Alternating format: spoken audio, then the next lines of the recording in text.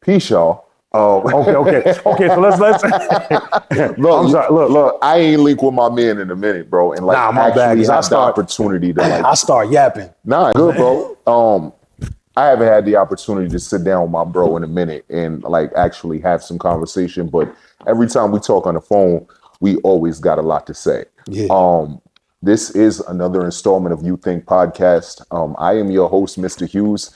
Today, I am joined by a rare guest, a legend nonetheless. I know that I get up here and I say that I have some legendary people up here, but this is one of the beloveds from my hood. I done messed up the. Nah, it's all good. I can. That was a legendary intro. Nah, I'm just saying, like, I always have people on my show and I introduce them as legendary guests and things like that. But this time, this is one of my beloveds from my hood. He's a legend nonetheless in the town. Anybody who may be watching this right now may see his face and be like, oh shit, he got him up there. I've known this man since third grade. Yeah, since third grade. When I went to Second grade, was it second? Gilmore Memorial. No, it was third. It was third. You're right. It was third. Yeah. Fact of the matter is, I've known him for over 30 years. Yeah. He and I both have experienced life at its rawest, at its greatest, and everything in between. Without further ado, I am going to allow him to introduce himself. But before I do, beloved, thank you, bro. Thank you, man. Like, I appreciate you for sitting down with me. I know it might sound cliche, but anybody that spends their time to come pull up on the You Think podcast, I'm thankful for it. But let the people know who you are and where you from, man. All right. Well, I'm Jason. If you know me as Mega. Different variations of Mega, whatever the case may be. Grew up in Patterson, down the hill, North Main Street. Man, I've been all around the town. Like, everybody, you should be familiar with me, especially if you're from like my era coming out of Patterson. What's your era? My era, I came off the porch like 9-7. So from 97, 98 on up, like just being outside. I was outside when we were still going to New York to get weight. You know what I'm saying? Sir. Oh my God. And my apologies for dropping the mic. I'm not used to wearing these. Nah, it's all good, bro. But listen, everybody who comes up here at first, they are a little they still within their shell. But then after a couple minutes and shit, and they see that I don't structure this podcast like most people do. This is conversation, bro. This is us sharing our experiences so that people could either take from that, draw from it, gain inspiration, or be like, yo, that's where they fucked up. I'm not going to make that mistake. Facts. You know what I'm saying? So I said that to say through the course of the conversation, bro, this is going to evolve so much. So the apprehensions and the inhibitions at first don't even trip. I invited you today because I have always been familiar with your story ever since like the happenings happened. Mm-hmm. But some people don't know who you are. So, without me giving away too much, actually, nah, fuck that. I'm going to do it. My beloved, if a lot of you have watched television, those of you who don't, there was a show on, what was it, Hulu or ABC? It was on ABC. It's on Hulu and all that now. It was called For Life, correct? Yeah. And it was about the attorney, brother Jeffrey Wright? Isaac Wright. Isaac Wright, Jr. Beloved. Yeah. Isaac Wright Jr. Now, when I saw the show, or rather when I saw the premise of the show, I was really impressed. But I had no idea how close to home it hit. So without, again, giving away too much, bro, let these people know what your dealings are with Brother Wright or what your involvement was with that. So just to touch on it, you know what I mean? I had a case. I'm sitting in the feds in Essex County. I'm in there like 2.5 years. During that course of that 2.5 years, it started with a public defender who, first thing he came to me was, these guys want you to cooperate with them. And I'm like, all right, I'm not doing that. I don't know how the feds work at this time. I didn't know about the point system. I didn't know about none of that shit. So I'm like, all right, other than that, like, what kind of deal can I get? What kind of plea deal can I get for this? Like, what kind of because we're not doing that. Are you allowed to talk about the specifics of your case? Man, this shit is it's done. Okay. So I could say anything. I can say what happened or didn't happen. It doesn't matter. So I think for context of people, because when people hear that people have Fed cases and shit like that, they don't. Well, for clarity, I went to trial. So, Okay. you know what I'm saying? So we could talk about anything. What were your charges? So I was, it was something called Hobbs Act robbery. Hobbs Act robbery is when you attempt to rob an enterprise, and when you rob an enterprise. Like, for example, you rob a corner store. That's an enterprise, and they happen to have Jolly Ranchers that came from Maine. You know what I'm saying? And they have Black and Milds that came from Kansas, and they have Boston baked beans that came from Boston. Whatever it is, they got different things that cross state lines in order to get to New Jersey. That's called interstate commerce. Right. So it's the same thing with a bank. The reason why a bank robbery gets picked up by the feds is because interstate commerce. The reason why quite a few things. If you rob somebody for some coke or some dope, it came from a different country and it crossed different lines to get to New Jersey. If you rob somebody for some weed, this is where it get tricky. You got to be able to prove that the loud was grown outside of the state of New Jersey. How you going to do that? And this is how you start to figure out, well, this is what triggered for me it was possible to beat the feds. Because you got to prove that. Hold up. So you're charging me with something where interstate items are involved, and I know it happened within the state. So how do I find my way to be confined within the state, within this law? That was where it started at for me.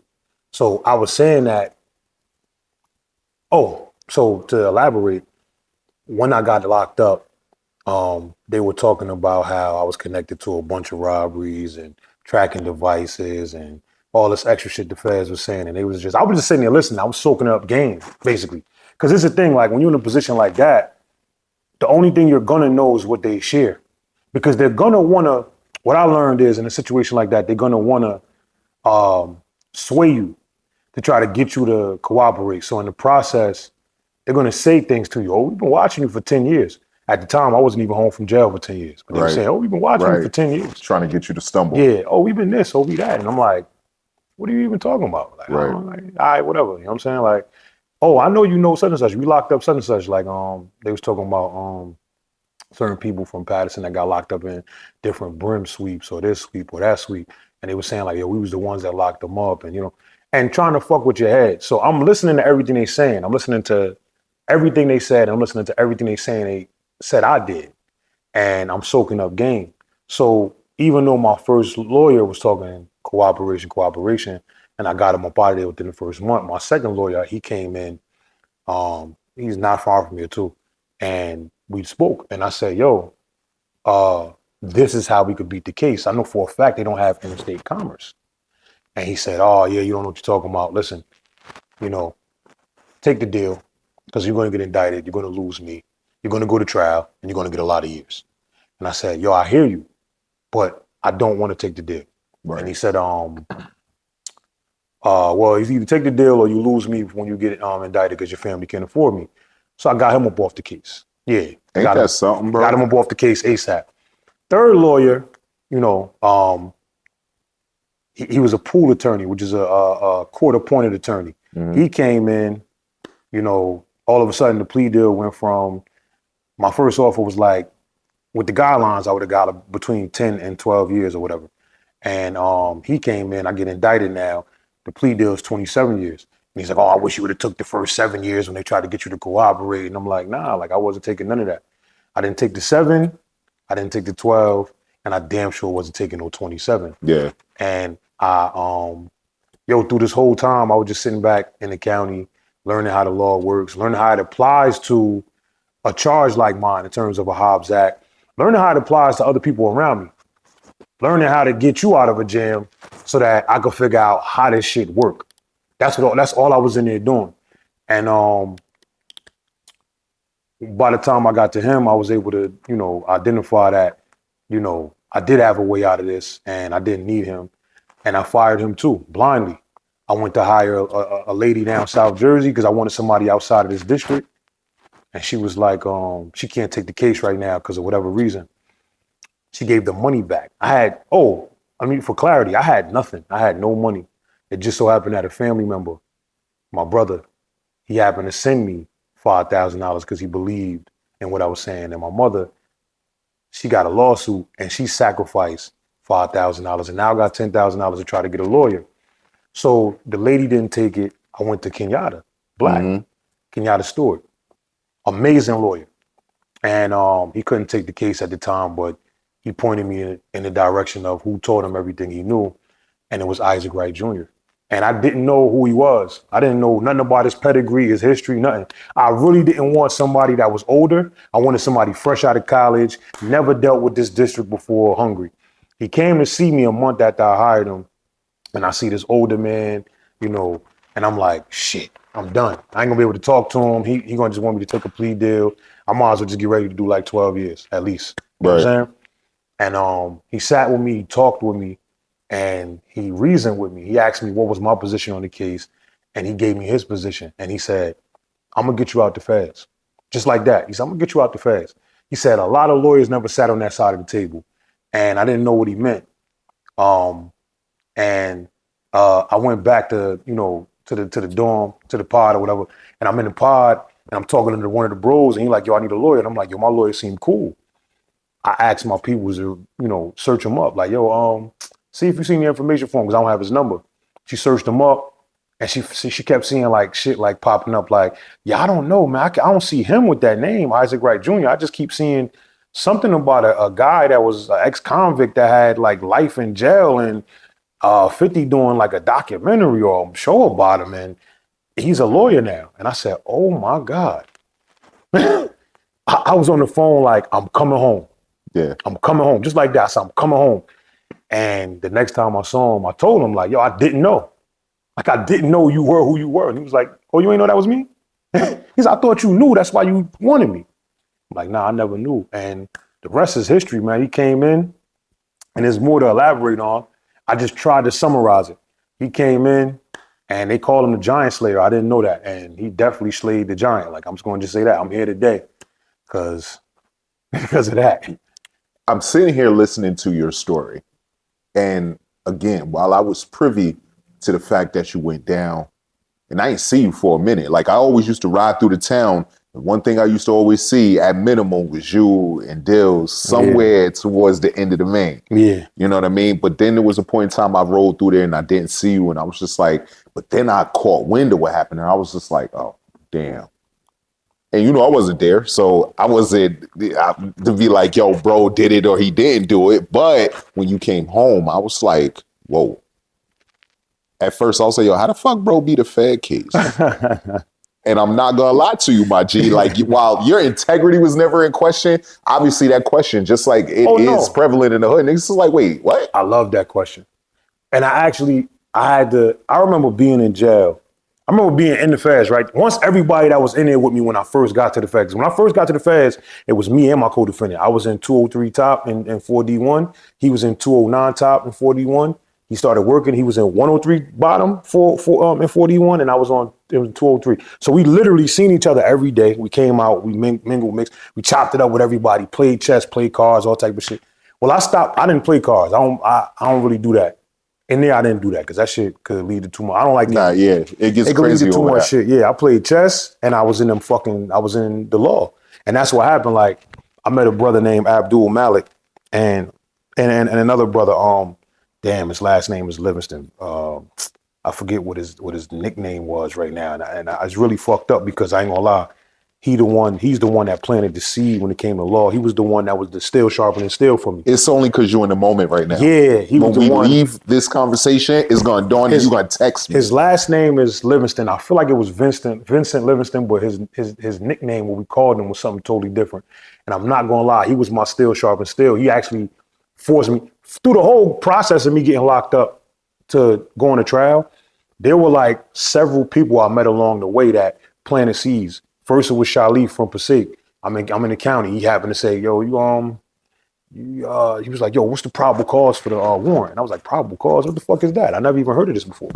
And it made me start looking into the law. Then it was like another brother that told me about some shit dealing with robbery and the elements you got to prove.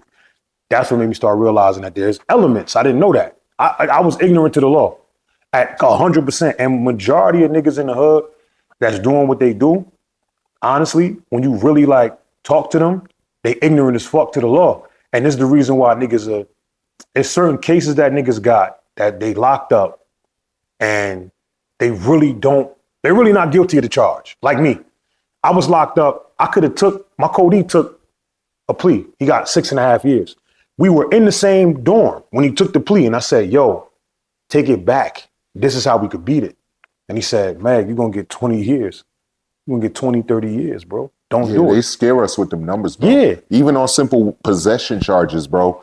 Like the public defender, while they're supposed to be there to assist you, you see them snickering with the prosecutor and shit like that and be like, nah, just plea out. That's part of the reason why I wasn't able to expunge my little bullshit weed charges, because I got arrested for the weed, but then they'd be like, plead out to a disorderly persons offense, not telling you that you can't remove disorderly persons offenses from your record.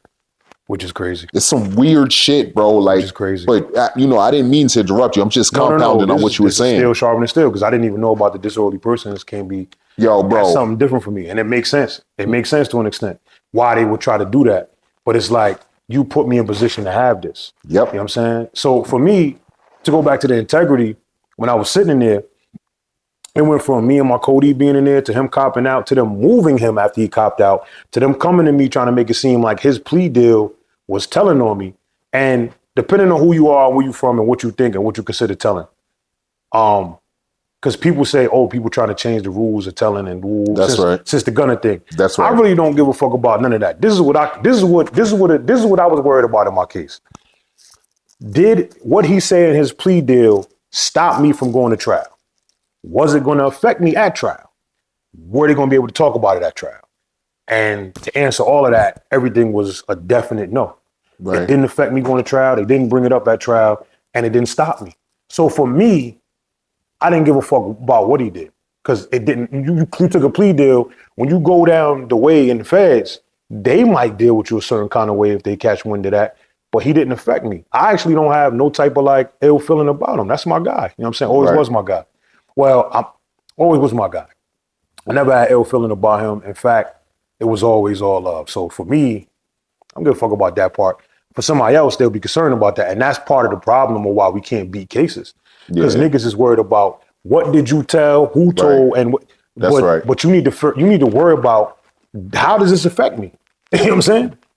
So do you think that that's by strategy, bro? Like, even when we watched the episode of The Wire where they sat bro in the room and gave him the McDonald's and he didn't even say anything, but they told bro in the other room, like, yeah, listen, he told us everything. I took him to McDonald's, got him fries and all of that. So I'm gonna tell you two things that happened. One, they came to me. My lawyer came to me. He came to me with the transcripts from his plea deal and was like, he said that you put a gun in a man's face. You tied a man up. He did this with you. He said your name in this plea. You better take this plea. That was my second attorney, by the way. He said, you better take this plea. That was part of his strategy before I fired him. Right. The one that said that my family can't afford him. And I was like, yeah, but I'm not bound by his plea. Once I hit him with that, he was like, you're right. You're not bound by his plea, but this could hurt you later on. I said, it can't hurt me.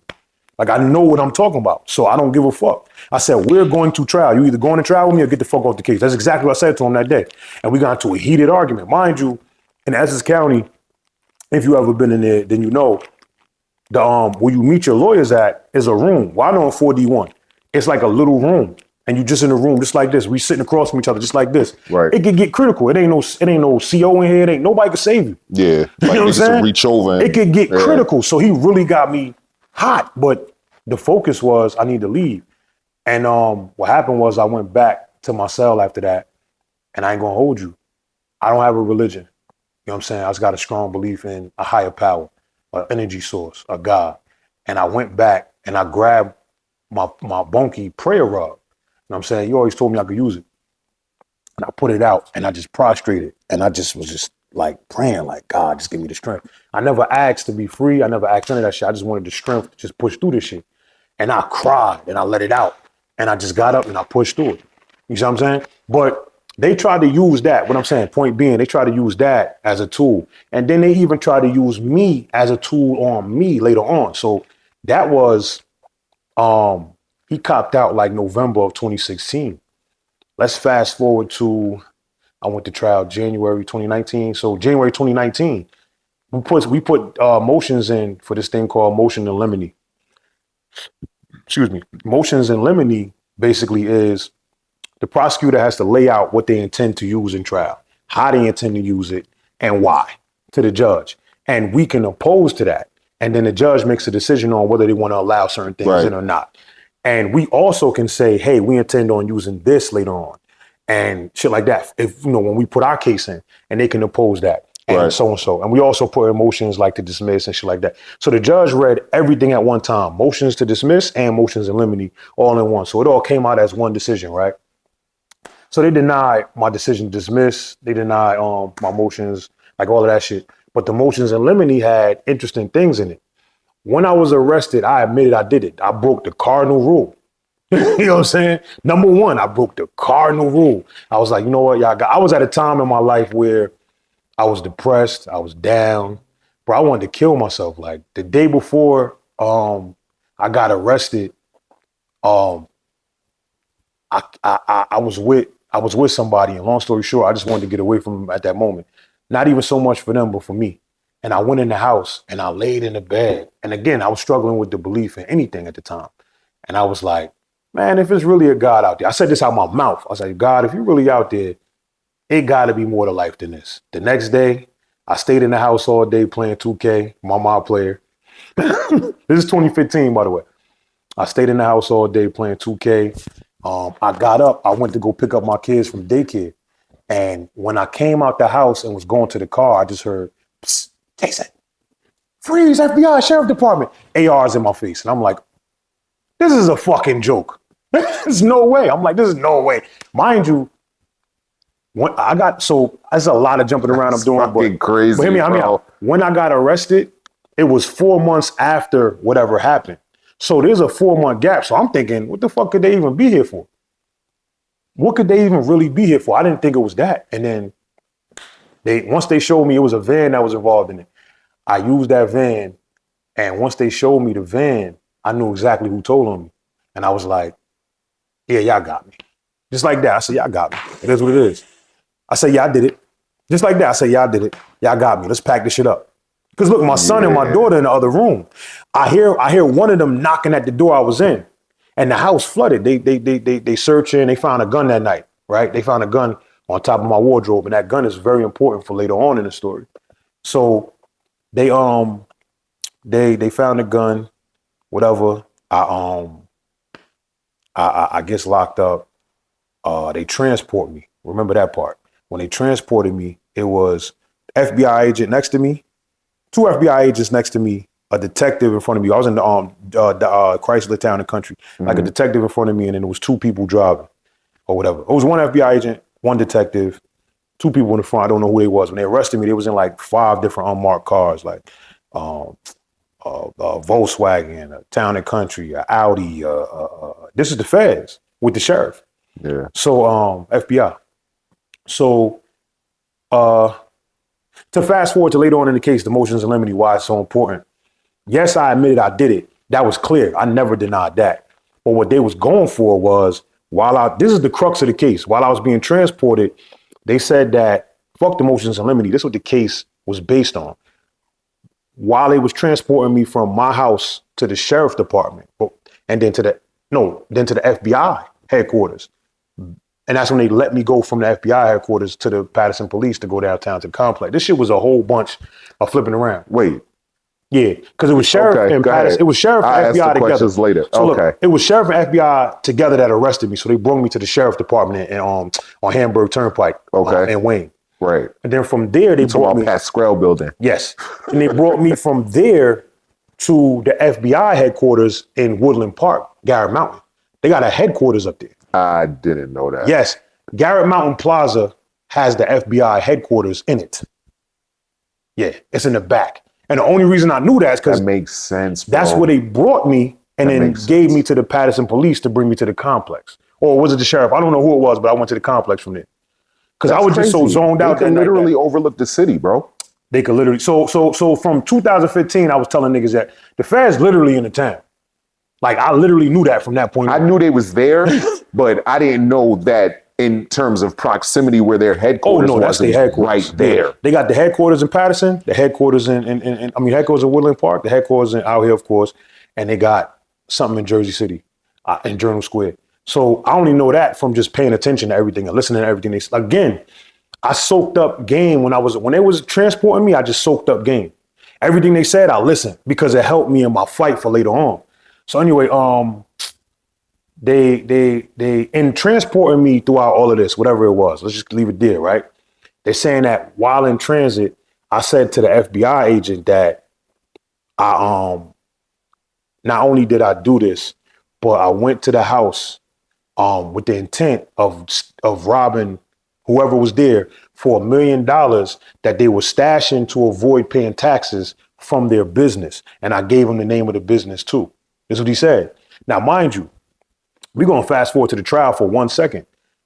When the lead detective on the case got on the stand, she's the lead detective. This is the lead FBI special agent, John Havens. I can say his name and all that because, like I said, we went to trial. He testified.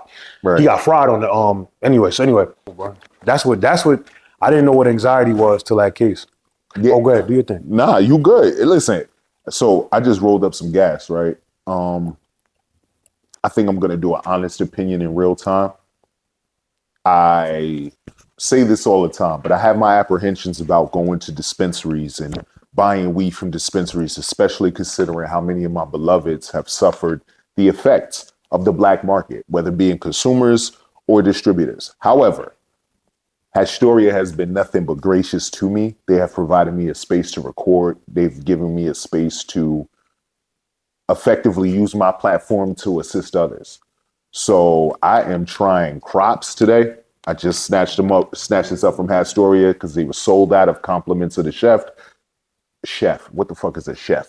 But I'm gonna let y'all know in real time what this is. But where we left off, or where we were interrupted, you were talking about how, the conversation in which you were having, so to speak, in the car, confessing on, the alleged conversation. Go ahead. So like I was saying, I confessed from the rip when they showed me that picture in my house that I did do it. But like I said, they said whatever they said in the van.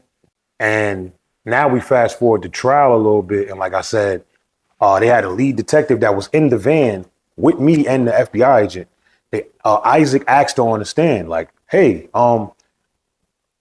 did you know that Mr. Thompson confessed to the crime?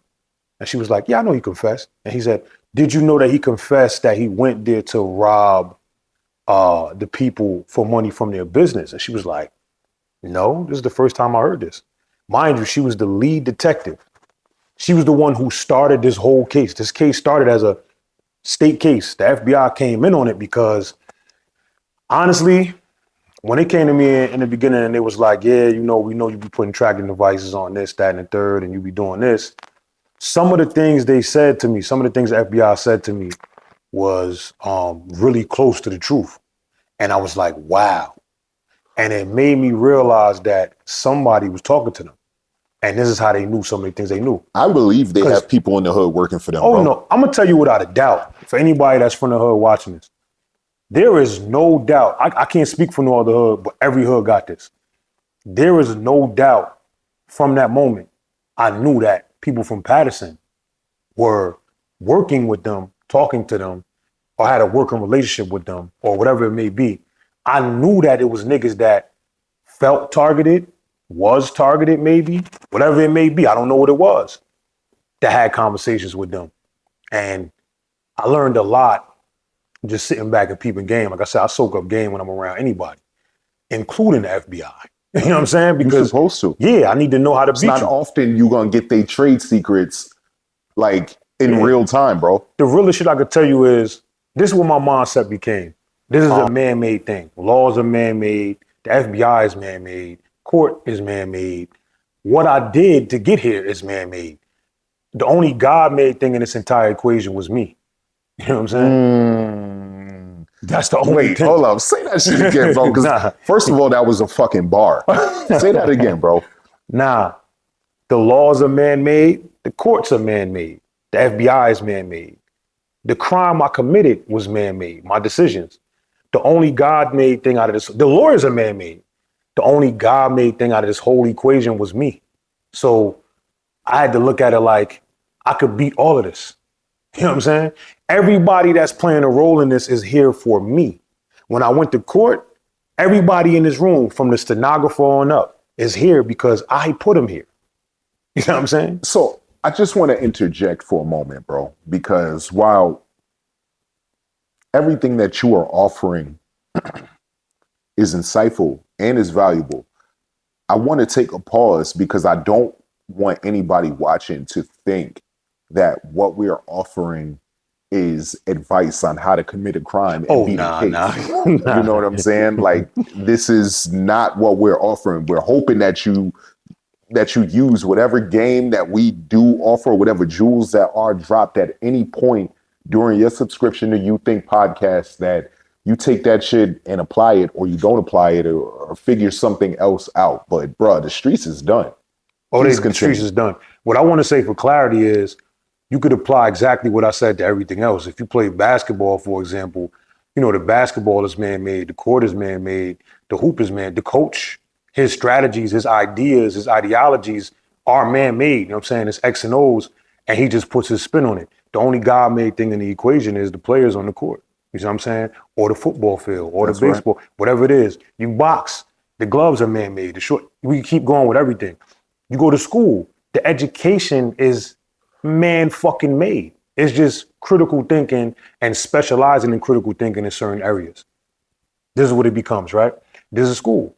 You know what I'm saying? So this is all man-made, but it's made to make you better because you're the God-made thing in the equation. So to be clear, once I started looking at everything in life that way, I'm gonna be honest with you, books, I didn't have this, bro. If I was robbing people when I was selling drugs before I went to jail, whatever the case may be, because I'm real loose with it right now, but whatever I was doing, that means I wasn't thinking the way I'm thinking right now.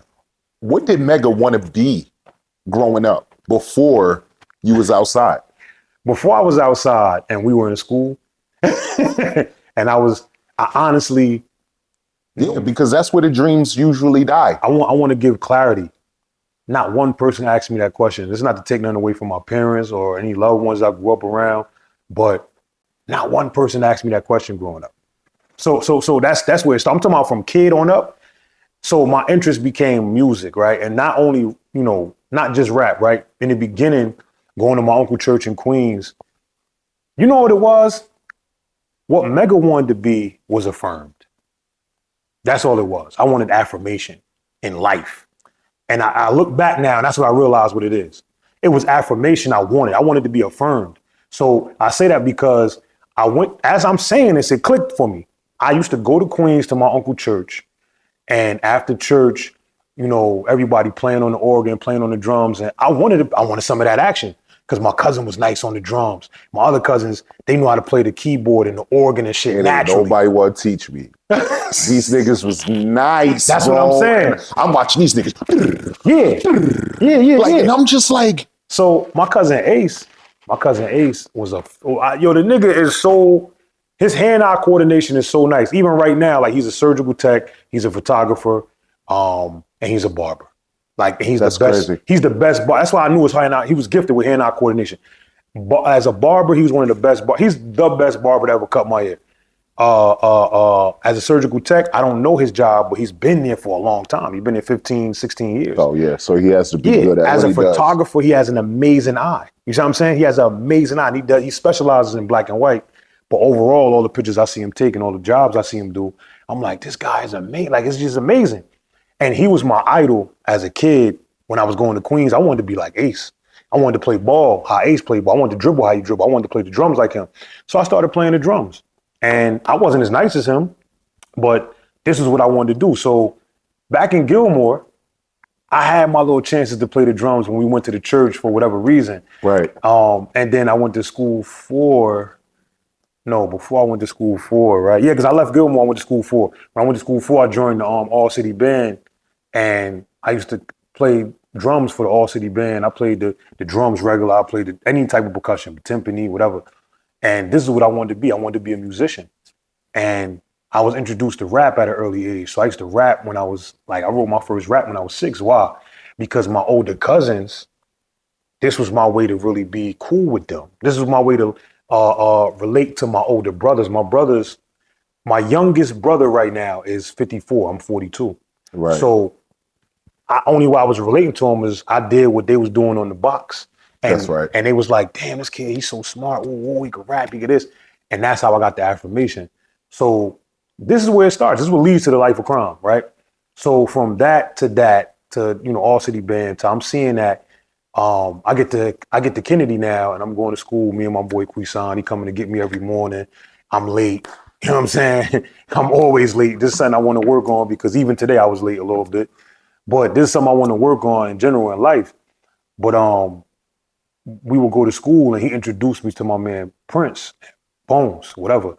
And Bones had what everybody else I seen it. Like the girls like the niggas that had all the new Jordans, coming to school in Civics, all the older niggas that was coming up and picking up our chicks. These young people would not be caught dead in the Civic right now. Oh, nah, but we had like we talking 90, we talking 96, but I'm talking about 90 Civics. I'm talking about 89 Civics. Look, pulling up to school. Just a little quick insertion, pause.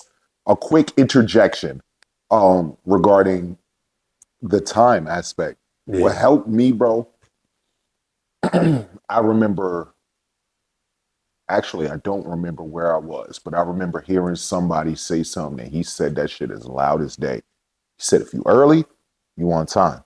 If you on time, you late. Mm-hmm.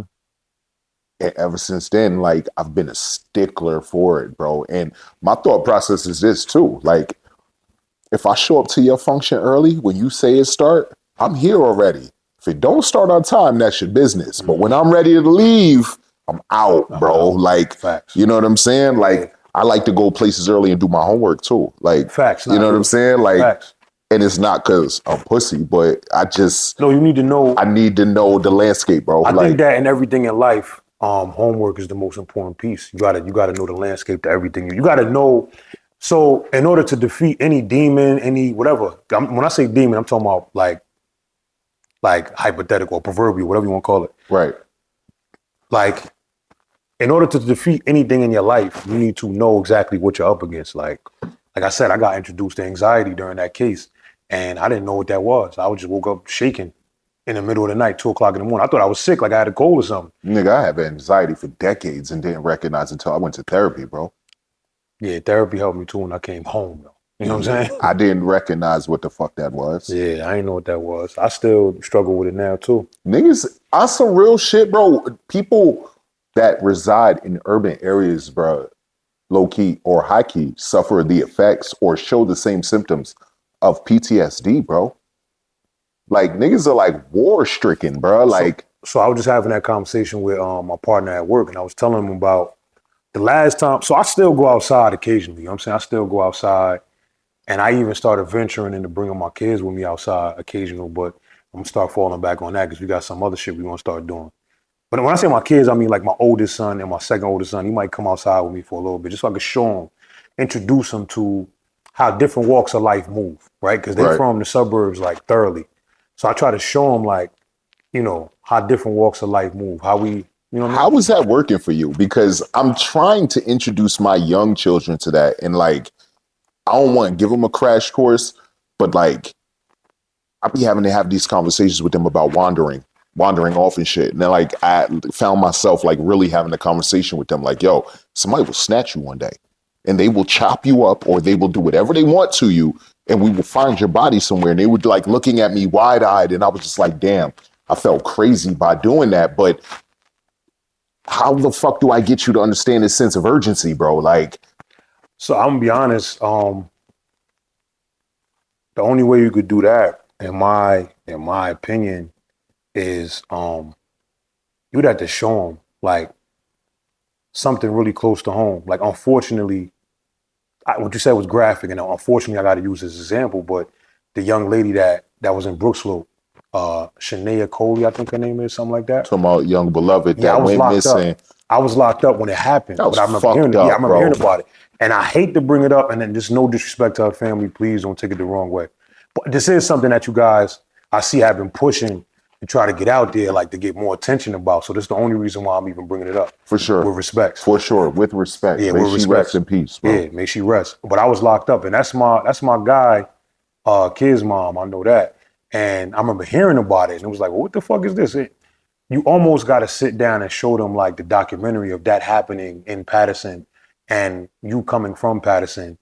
And you may have to even grab the story about, I think it was 3 young ladies. This happened also when I was locked up from East Orange area. And the young boy was like a serial meeting them and killing them. And you almost got to like share these things. Like these things happen and it's regular people. It's not like it's like, you know what I'm saying? That's the only thing I can say because you can't really help them understand. That's right. Unless they could see it in their backyard. That's right. Like if somebody would have sat me down and told me the feds would arrest me at some point, I never saw that. You know what I'm saying? I didn't know nobody that I knew 1 person or 2 people that got locked up by the feds by the time I got locked up. You know what I'm saying? Or a few. I knew a few people. I'm talking about like for something other than a RICO on some like group shit. I never knew anybody that got locked up for robbery by the feds. Not bank robbery. I'm talking about like just regular, some other shit. I didn't even know a Hobbs Act exists. Yeah. So if somebody would have sat me down and said, look, bro, like, I kind of caught wind of what you be doing. This could happen.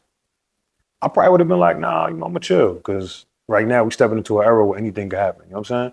But I don't know, just different things in life. If somebody would sat me down, me and you had a conversation the other day about credit. And it's like, it sparked a whole new thing for me. And it was just a real small conversation, a small transaction. And it sparked a whole new hole. I need to look in this direction. Sometimes I think the information just got to just be given. The crash course might not be necessary. So for me, when I bring my kids out, it ain't so much a crash course. They really interested to see like, what the fuck made you even do this? Or what made you come? It's like my son, every time I take him out, my 20-year-old, he'd be like, I understand why you're so like adamant about a greeting or even when you leaving, like, all right, be safe. Shit like that, because you don't even know. He been around. I've been home 5 years now. And he watched so many people that I know die. He watched me say, damn, my people, son. And in fact, he met so many people that died through me. Like he met so many people since I came home. And I'm not talking about like a war zone died. I'm talking about like this one had a heart attack. This one had cancer. This one got killed. This one got died on his bike. This one. There's so many different things. With respect to everybody that I know that passed, I'm not making light of it. I'm saying that this is the thing that made my son say, wow, I understand now why you say be safe. I understand why a greeting. I understand why respect is so important to you guys. I understand why, because where he come from in his neighborhood, you know, with respect to his neighborhood, they don't really think like that. The most they might see, he lost one friend through a car accident. And it's like, since I've been home from jail, and it's like so rare. It's like so rare, but for me, I could tell you it's hyper. You know what I'm saying? Multiple people I could name right now. I've been home 5 years. I can name too many people. You know what I'm saying? That happen to go. So it's like the crash course becomes that, I guess. Just being around me is enough. Yeah. Because they're older. You know what I'm saying? I'm not like, I don't know how old exactly your kids are. My oldest will be 21 this year. Okay. But that gap is like 8, 6, 2. Yeah, so mine is like 20, 14, 12, 10. So I get it. There's a nice little gap. It ain't that far. Yeah. So with your oldest, you talking about a young man, a young lady? My oldest is my son. Okay. He is, unfortunately, his mother and I, excuse me, his mother and I don't necessarily have a relationship at all to even be called a best or good relationship or a horrible relationship. He's down in college. I can't really like give him too much game, which I could. I wish I could, because where he is where my family is from.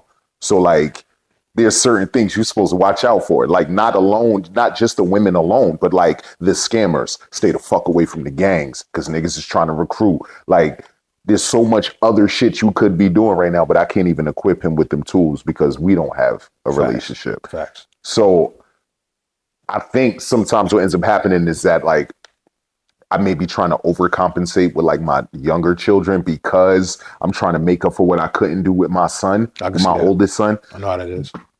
But I know I'm not going to be able to protect him from everything. I know that this world is dangerous regardless. Like anything can fucking happen. However, it sucks that first of all, it sucks that we even have to explain to them the traumas that we've had to endure. Like, we grown ass men, and I think about the chicken store. The chicken store ain't been there for how long now? Yeah, 10 years. 10 years, and I ain't been to the chicken store 10 years prior to that. It burnt down the day I got locked up, December 2nd, 2015. I swear. So I think about the various hoods. So where I find myself now, right? I've just recently started going on vacation. Yeah.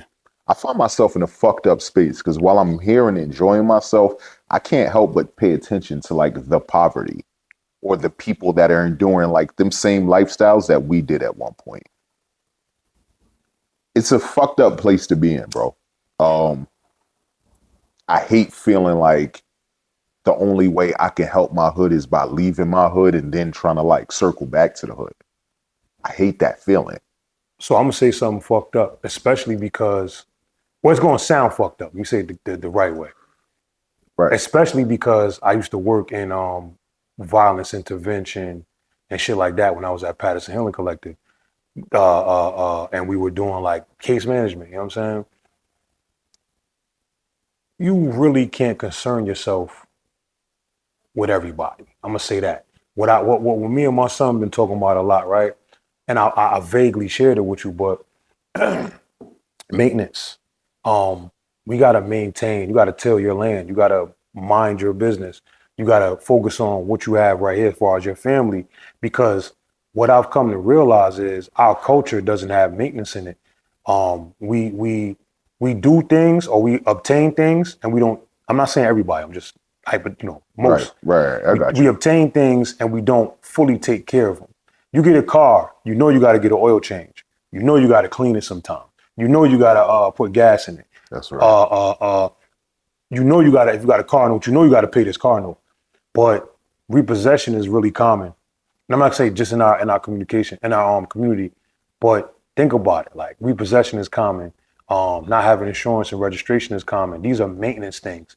And this is the reason why you'll lose your car and you got to pay all this money. Not having a license and getting a car. You know, I didn't have a license for 19 years. I didn't have a license from 2002 to 2021. And in that span, I had so many cars. None in my name. You know what I'm saying? Ain't that, bro, that is such a I did that shit one time. And when it happened, the person's name that I put it in was on some shit like, oh, let me borrow the whip. I need to go and because my shit is in the shop. I'm like, cool. Wow. They balled the shit up. And it's like, now what? I can't even do shit because it's in your name. All it took was that one time, bro. I've had cars repossessed. I've actually had 2 cars repossessed.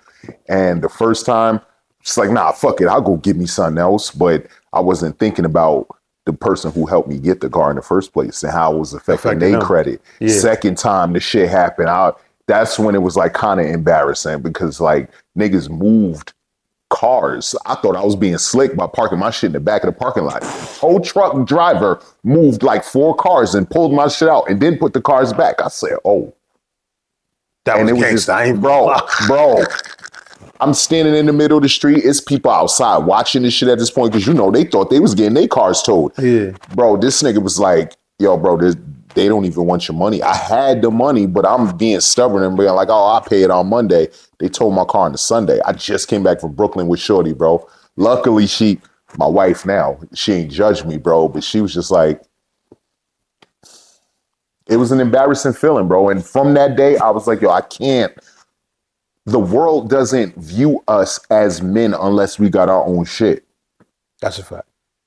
Unfortunately, like they might talk about your little Corolla and shit like that, or they might talk about your Honda Civic, but if it's yours and nobody helped you get it and can't nobody take it from you, niggas look at you different, bro. And I got tired of niggas looking at me like I was a pooper. Not saying that I cared about what anybody thought about me, but if I'm trying to do business with people, that image that I project matters. Well, that was part of selling drugs, and Vitos may he rest, you know what I'm saying? My man Hove, he taught me this Rest in peace, in his own way, right? He always kept the hardest car. He always kept a Benz wagon, a Beamer, whatever it was, right? And what I learned from him was this was a calling card. You know what I'm saying? I'm not saying you gotta come sell for me. I'm saying I got this over here. If you want to come get some of this that I got it. And look, it put me in this position. Come get some. I'm not saying that was the healthiest thing. I'm not saying that's the greatest thing. I'm saying that strategically, he taught me that for other things in life without even realizing, like what you just said. Like, people only really want to, okay, and go back to the maintenance. You should fuck with responsible people. Right. So me having my shit together is a sign of I'm responsible, which is a sign of you should come fuck with me, whether it's business or life. You know what I'm saying? Me learning from my mistakes is a sign of acknowledging and taking accountability, which is responsibility. 1,000%. I'm taking the responsibility. And this makes you say, oh, I want to fuck with you. You see what I'm saying? No matter what you're doing, no matter what you did in life, because you spun it around, I want to fuck with you. So go back to what you just said. You know I had to learn that shit. I didn't learn that shit until later, bro. I'm telling, bro, I'm sitting in, and I tell this story often, but I don't think people understand the gravity of what the fuck I'm saying. I'm sitting in my mother-in-law house, I'm on the phone scrolling, bro. Sitting here mad at my situation, but not doing nothing to change my shit. I'm just sitting here scrolling, watching people on Instagram, comparing my life like like people do. Like, I'm not gonna say the average person, but like normal people do that shit. Yeah. You gotta be in the space to be like, yo, that shit doesn't matter. Yeah. My kids are watching PBS. My wife is sitting at the table with her moms having a conversation. Yeah. I got it. Fucking Susie Orman, it comes on after whatever program my kids are watching, and she's talking about money, and she's talking about how people do not or will not sacrifice how they live to live how they want. And I still don't live how I want, but like, my nigga, I used to be like negative a paycheck away from paying a bill. Now I might be like a paycheck or two away. Now the aim is to get like 10 away. You know what I mean? But the base point of that shit is paying yourself, saving money. One of our biggest problems, nigga, I didn't learn how to save money until I was 35, 42. Imagine if I learned that at 25. I'm gonna be transparent with you. I still don't know how to save. My son know how to save. My son know how to save money. People got it. No. Bro. Look, this is the crazy part. Like when he became, and not to cut you, when he became a man, when he became 18, we had these conversations prior. Like we had a lot of conversations before he turned 18, but once he turned 18, I had full autonomy with him because now I can tell you to do something and guide you in the way to do it, and you can go do it on your own now. Right. This has nothing to do with me. I don't have to wait for your mom. This was fire, by the way. Go ahead. I don't gotta wait for his mom, and there's no disrespect to his mom, and I'm not gonna take nothing from him. But I don't gotta wait for your mom. I don't have to ask nobody, like, yo, can you get him to do this, or can you take him? I don't know anybody that has what the real metric of success is, that'll tell you that shit happened overnight, bro, or it wasn't a developing process. You know what I mean? And like most times, nobody in the hood told me about like time. Niggas never even said the simple phrase to me like, yo, bro, time moves quick when you busy, but when you in jail, that's when it moves slow. Yeah, because you got a routine. You wake up. I could take you through a day of mine. Like when I was in jail, they bust the door at 6:30, you know what I'm saying?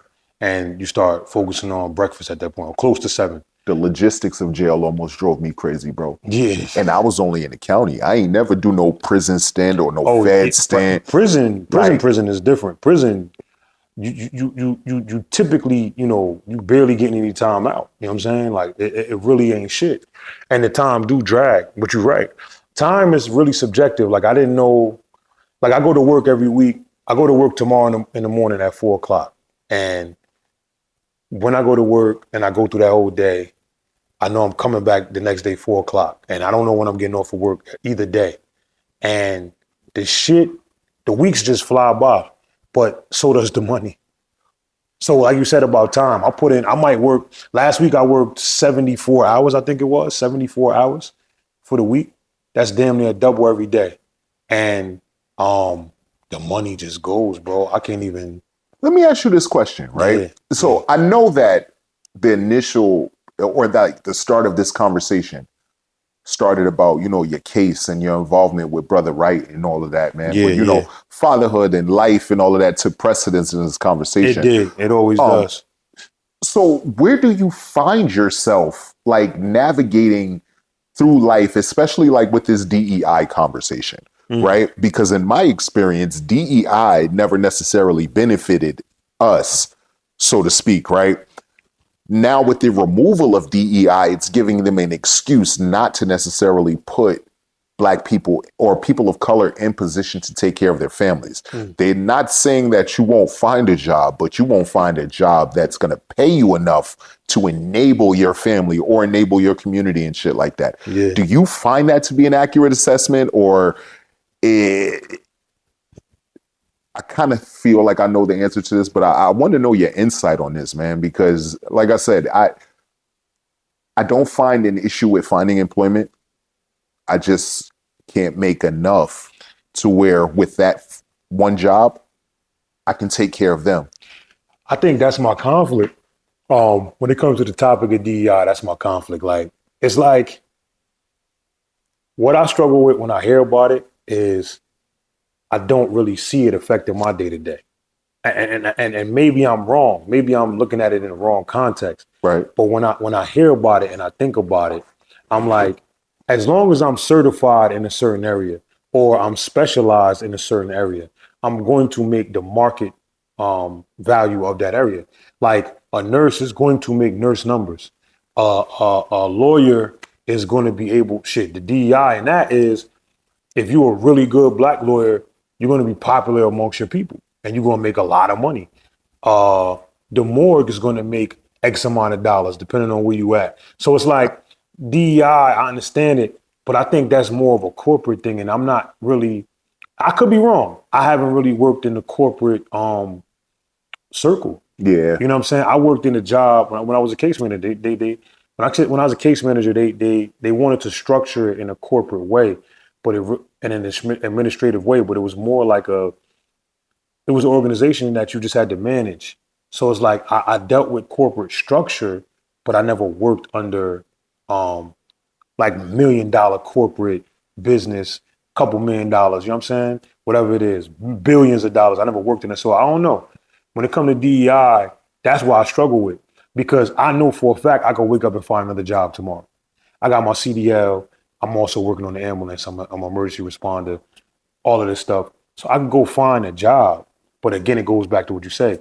Can I take care of all my bills and my family and shit like that? No. But that's why education is so important, like getting specialized in the area. Even if you don't go to college, if you get specialized in the area, whether it be naturally or through school, some type of school or whatever, or even what you call those shits again? Seminars.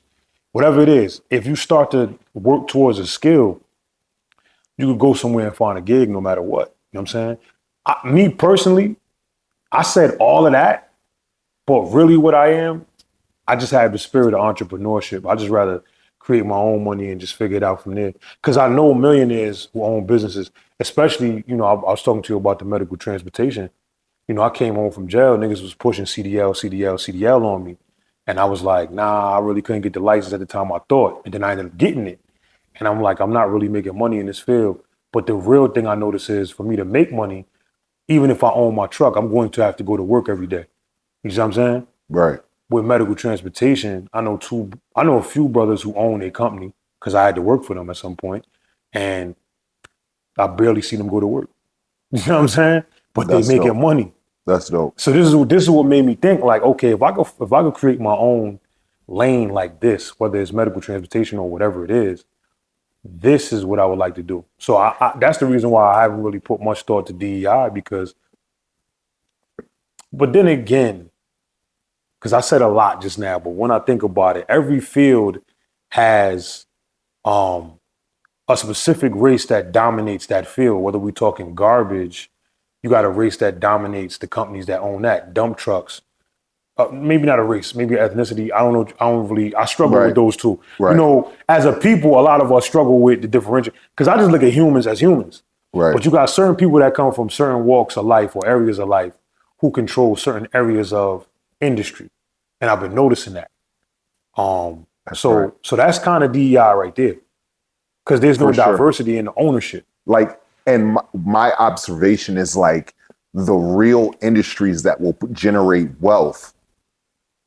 I hate to reference people of color, but there's a certain demographic that is excluded from that. Like, even when I went to Jamaica and like how casually they were like, yeah, the Chinese own the bauxite site. And, Facts. you know what I'm saying? And it's like, so can y'all work there? And they was like, yeah, no, most of us are just drivers and shit. And I'm just like, damn.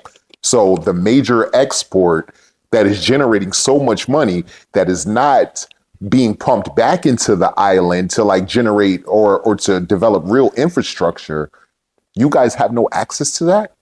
And they're just like, yeah, so y'all got to drive past this big fixture every day and realize that you have no parts of this. And this is why I can't move to Jamaica. And when I went down there, I'm like, all right, this is home. This is where my family's from. And this is where I have family at. And I would love to wake up every day and be able to say, damn, this weather, the beach right there, all of that. All of the beaches are private. Yo, bro, I'm talking to the drivers. They're like, yo, there's not many beaches that you can just walk on anymore, which is crazy. So they are excluding you from any type of borders, any type of waters. Yeah. Any type of access to waters. And he said that the ones that are public, you don't want to go. Yeah. They took me to the KFC in Brownstown, bro.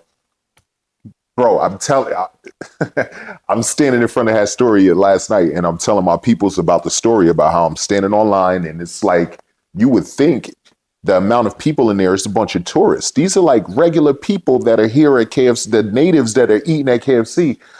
I just happen to look to my left, young and standing next to me with the poo shiesty on. Like standing waiting to order his food. And I'm just like, I ain't thinking nothing of it. But then I look to the right, and he's like looking at his bro. His bro is sitting in the corner already eating his food with the poo shiesty on, like pulling the mask down to eat and then pulling it back up to chew. Mm-hmm. And I'm like, the fuck is going on? And then I look and I see the gun print in the book bag that he got on. And I'm just like, yo, my nigga, there's no way that I can go here and enjoy myself and be on vacation and shit like that. And I'm realizing how I can't even think about moving here. Yeah. The only two phone carriers is Digicel and Flow and shit like that. The highways are owned by the Chinese. Facts. The real estate, if they're not owned by the Chinese, they're owned by the less melanated individuals who are excluding them as well, bro. Like, if you are not working at the resorts and shit like that, you really aren't like making like money. I was gonna trip, right? Because I left $1,000 bill on my like nightstand because I was gonna bring it back home as a souvenir. It's only $5 in Jamaica, or $6. I ain't tripping.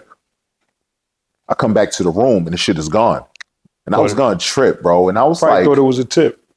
They probably thought it was a tip, and then I thought about still like how the people who like are from Jamaica really live. It's a fucked up situation to be, bro. But they're no different than residents of Paterson, New Jersey. That's a fact. They're no. But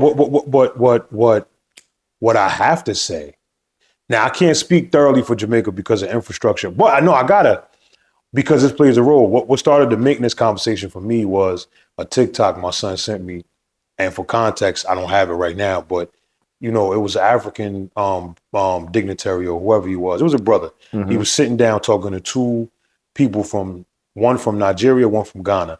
And he asked them, you know, basically like, why do you think, you know, all of the post offices and the da-da-da-da and the whatever establishments that was left behind after colonization left, why do you think they didn't last?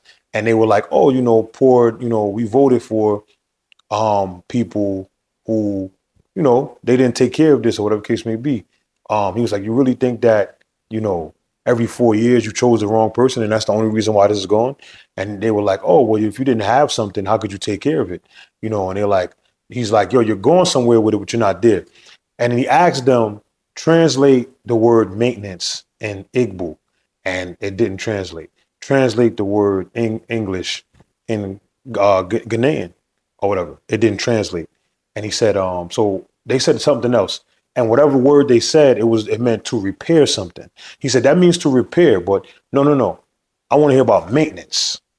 Taking care of something before you get to the point where you got to repair it. Right. And he was like, he drove them somewhere else with the conversation. And he was like, maintenance is not in your culture, just based on how we were designed as a people. You know what I'm saying? All the way from Africa to every other country and area of the world where there are melanated people who come from Africa who, from the base, we never had maintenance in our culture. It wasn't even in the language.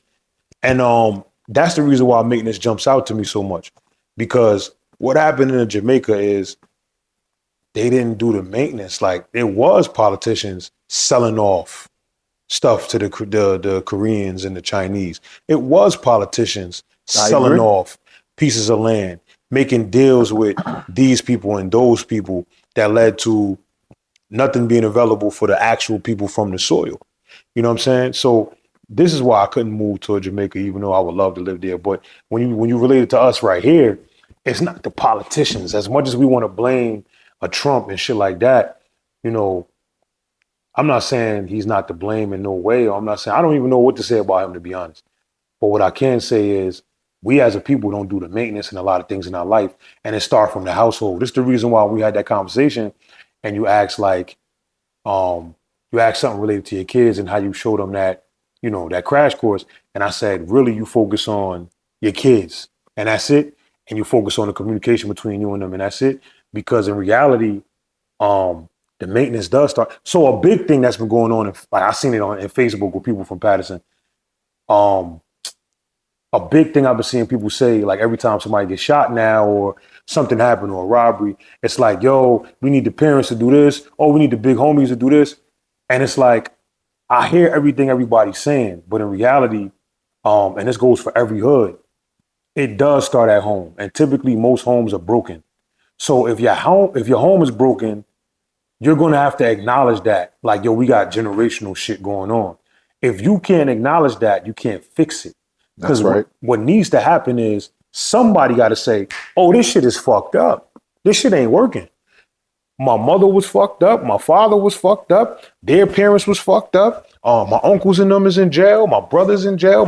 So if everybody is in a fucked up position in life, right? Nobody got no motion for real, right? Nobody got something good going on for real. You got to stop for a second and think like, damn, you know what I'm saying? Oh, I need to get some motion. And the only way to do that, that's where the maintenance start at. Once I produce this motion, I got to maintain it. It's funny that you even say that, right? Because I've been seeing recently, I've seen it before, but I've seen it pop up recently on social media. The meme or like the voice recording where the dude is blacking on his family group chat. Oh, and he like, bro, we ain't talking about no money. Loved it. I think you posted that recently. Nah, too. I did. Yo, loved it. Like, bro, and I'm not talking shit about my family. And I'm gonna add to that because I fell out with family over doing that. But go ahead. Our family group chats consisted, I don't know what they consist of now because I'm not in it no more, but it consisted of like, you know, sharing coupons or like laughing at things or, you know, talking about family happenings. But like, it was never no, all right, let's go get some property. Listen, how's everybody's credit? I remember having a conversation with one of my relatives. I'm not going to single them out, but like, I was like, yo, why at none of these functions, the Thanksgivings, the Easters, the dinners that we gather around for, nobody does a life insurance check? And they said to me that that's not the appropriate time for it. I said, we just sitting around laughing and eating and shit like that. We going to wait for somebody to die? Like, and I'm not even talking about even if you include me in it, because honestly, I don't need your money. Like, I don't want your money like exactly to that capacity. And I don't want you to think that I'm circling around like a vulture. But if we were to line us all or gather us all up in the room and it's like 40 or 50 of us and then tally up how many homeowners or business owners are in this collective, the numbers is off. For us to be 4 generations behind white wealth, they don't count how many generations we behind Asian wealth because they got money, money.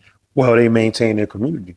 That part still, I'm not knocking them. I'm not pointing a finger at them. Yeah. My only qualm has been and will be with the Asian community is that for us to have patronized places like Ming's Kitchen and Woo Hop and all of them spots that from the town and shit like that for decades. Our cousins have eaten there. Our grandparents have eaten there.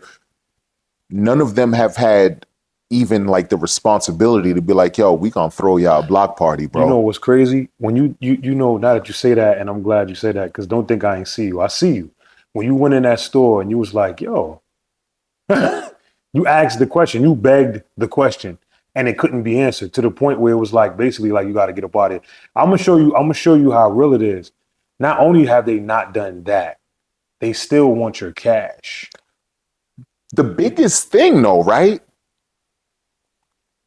is that I haven't even specified that it's for Black children.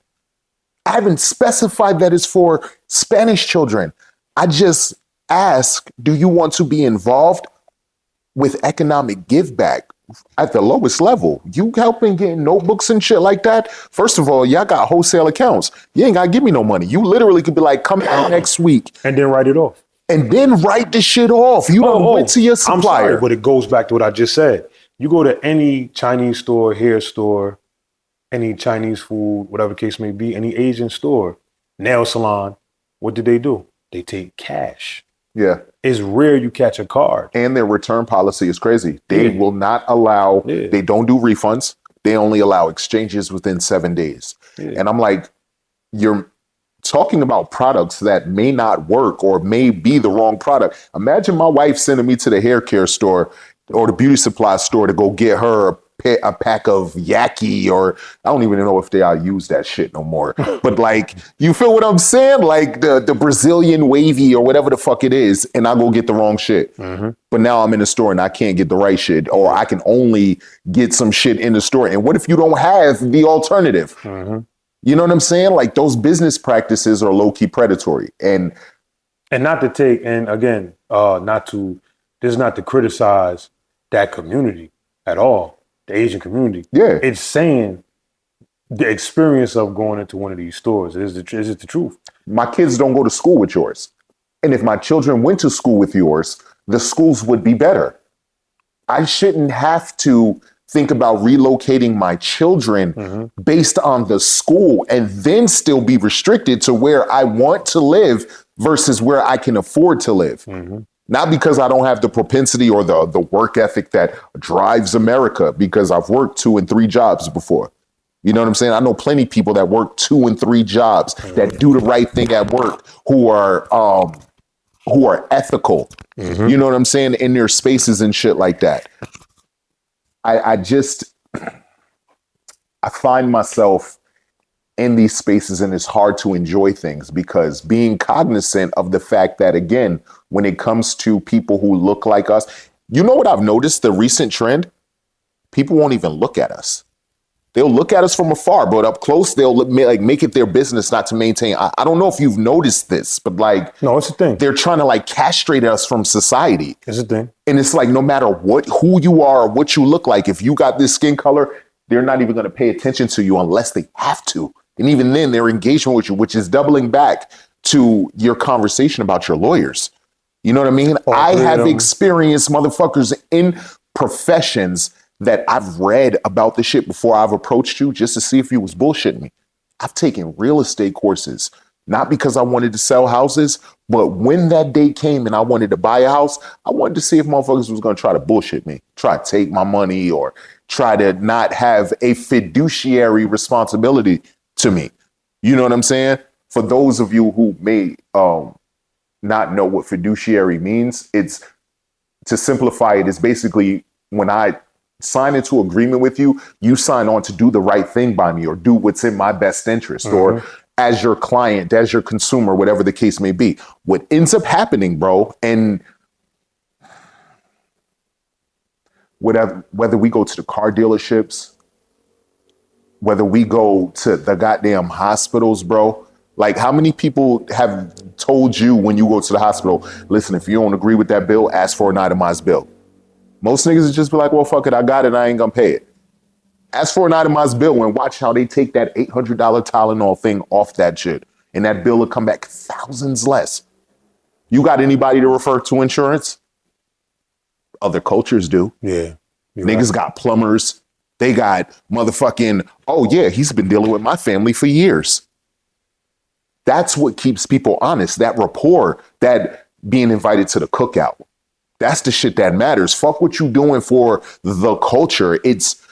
My wife told me that her father, may he rest in peace, had a group of friends that they didn't necessarily exchange money, but when they did favors for each other, they'd exchange information. One was a stockbroker, one was a dentist, one was a lawyer, one was a carpenter. Whenever they would go play golf together, though, they would consult each other with their problems.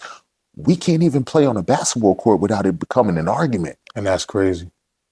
The places that we're supposed to gather where camaraderie is supposed to be a thing. And in the process, we come up with $100,000 idea that might cost $500 to invest in, but try to get 5 niggas to come off of a blue face right now. Yeah, so what I realized with the group chat, why it was so important when you touched on the group chat thing, for me it jumped out at me because I kind of went through something similar where, my niece came over for Father's Day. We started talking this last year, and we started talking, and I was talking to her about my nephew and how, my brother died or whatever the case may be, and I was trying to assume like having, some type of input or influence on their life because they don't have a father now, but I'm their uncle. Right. I'm their father's brother. I'm actually the closest thing they would have to that by blood is what I'm saying. So I jumped in and tried to tag myself in, I guess. And we had like a real conversation about my nephew and how, I just want him to just, things I wanted him to do for himself or whatever. And, it turned into, she said something to me like, oh no, he a big boy. Like he'll be all right, he a big boy. And I'm like, nah, he's not a boy, he's a man. Because this is where the problem starts out in most families. This is the crux of the problem before I even get into the whole, what that conversation was like. In most families, what happens is young men and women, but I'm talking about the men because I see this a lot more with the men because it comes from a mother. Typically in our houses, there's a more dominant mother or a single mother. There's one or the other in most houses, right? In our community. Right. And what happens is, without meaning to do it, they end up suppressing their son without meaning to do it. And they keep on treating him like a kid and talking to him like he's a kid and relating to him as a kid and giving him kid responsibilities. Maybe take the trash out and that's it. You don't do your own laundry. You like 14 or 15. You don't do your own laundry. You don't wash any dishes around it. You have no sense of investment in this house. Right. You're not learning any life skills at the same time. You don't know how to cook anything. All these things, right? And what it does is you're suppressing the man that he could become without even realizing it. And you keep referring to him as a kid at 18, as a kid at 19, as a kid at 20. And in reality, if you keep calling me a kid, what am I going to be? That's right. You know what I'm saying? I used to say this when I was into case management, like, these are not kids. Because sometimes we will refer to the young men and young women that we dealt with. And this is no shot at Patterson Healing Collective at all. I really commend what they're doing. Right. But this was the one pet peeve I had in general, was referring to young men and women as kids. Because how do you expect them to react to that? If you keep calling me a kid, I'm looking at you as mommy now, or I'm looking at you as auntie to do something for me, as opposed to having a sense of responsibility for self. That's right. You know what I'm saying? That's right. For self. I need to have a sense of responsibility for self. So back to the conversation, she triggered me when she said he a big boy, because I'm like, nah, this can be the issue in a young man's life. And then the next thing you know, he's not doing anything. I'm not saying he isn't. I'm saying, but next thing you know, he won't be doing anything, you know what I'm saying, to like further himself in life, to put himself in a better position. Because he looks at himself as a kid. My family group chats have it's been weird because, you know, during COVID, we disagreed because some of us were for the vaccine, some of us were against the vaccine. Yeah. Um, I have, it was a number of, it was football, Colin Kaepernick kneeling. Like me and my pops had it out. He was like, he like screamed on me because he was like, nigga, football's my entertainment. And I'm like, yeah, but even if we don't agree with Colin, like we got to do something else because there is a problem at hand. Like, yeah, black men aren't getting shot like in frequency, high frequency like they were, but niggas is still getting hemmed up.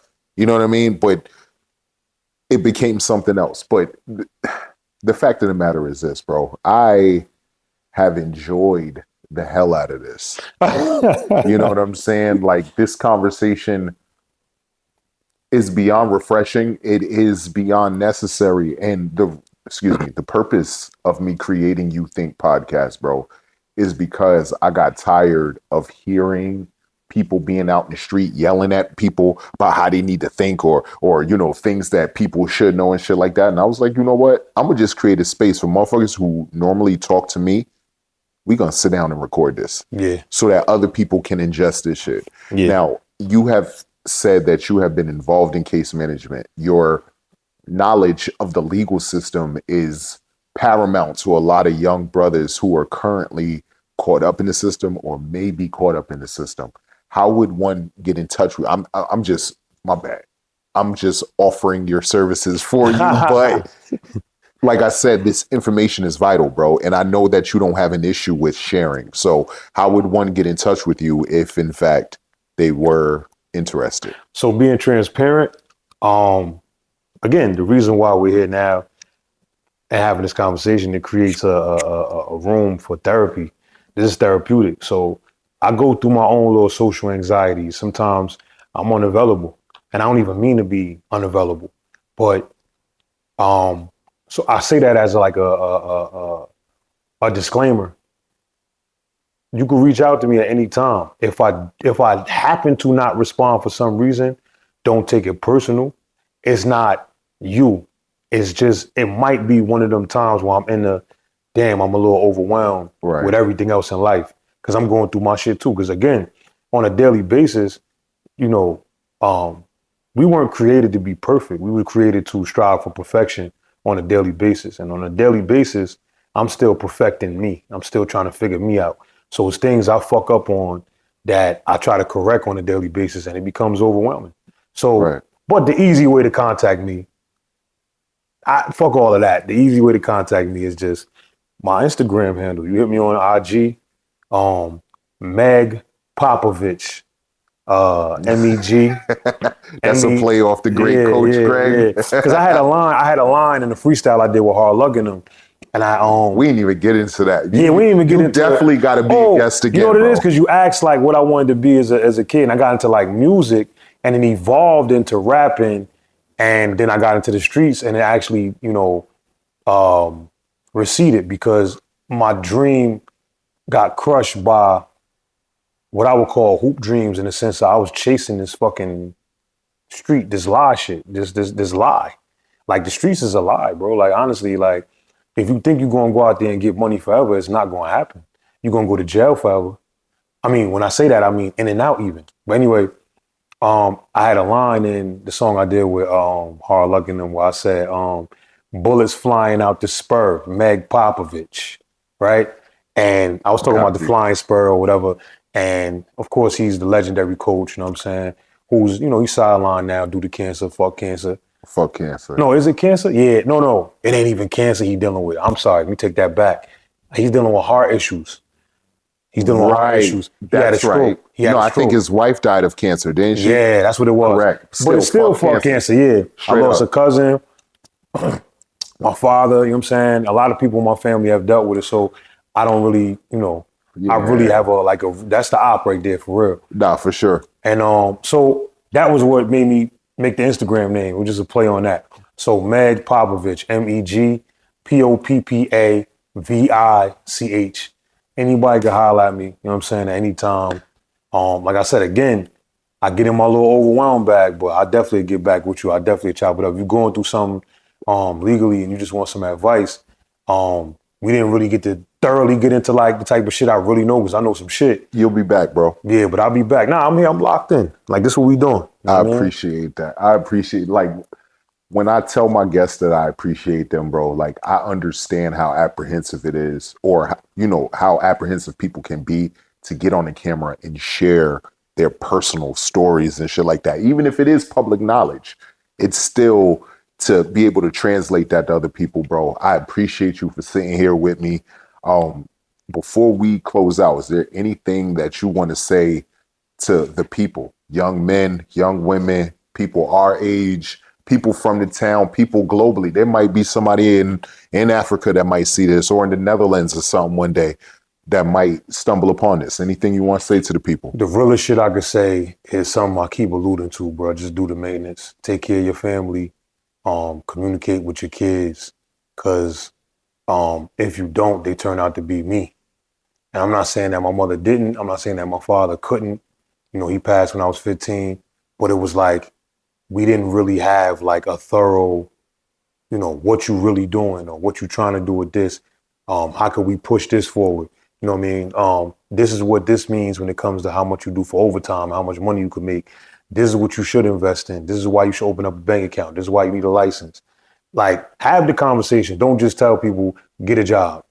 You need to get a license. You need to really tap in with your family and have these conversations. Also, for the people who believe in a higher power and you get into prayer, don't just tell your peoples that you pray for them or you're praying for them. Get with them and pray with them and shit like that. That's the realest shit I could tell you. Like, just sharing that, because these are like life lessons that I feel like need to be heard. Feel me? That was beautiful, bro. Nah, real talk. Yo, I'm definitely gonna have to clip that part just now, but in response to what you said, as I don't really have anything to compound with that. I will say to y'all what I say to y'all every time, bro. And this has been like gospel in my life.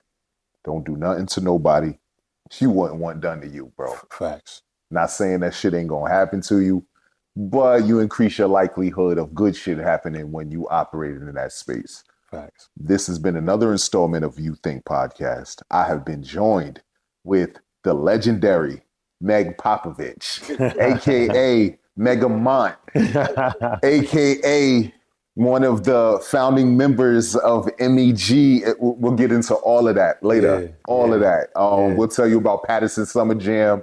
We'll tell you about all of that at some other point. But I thank y'all for tapping in. We hope that you enjoyed. We hope that this information was valuable. And until next time, peace.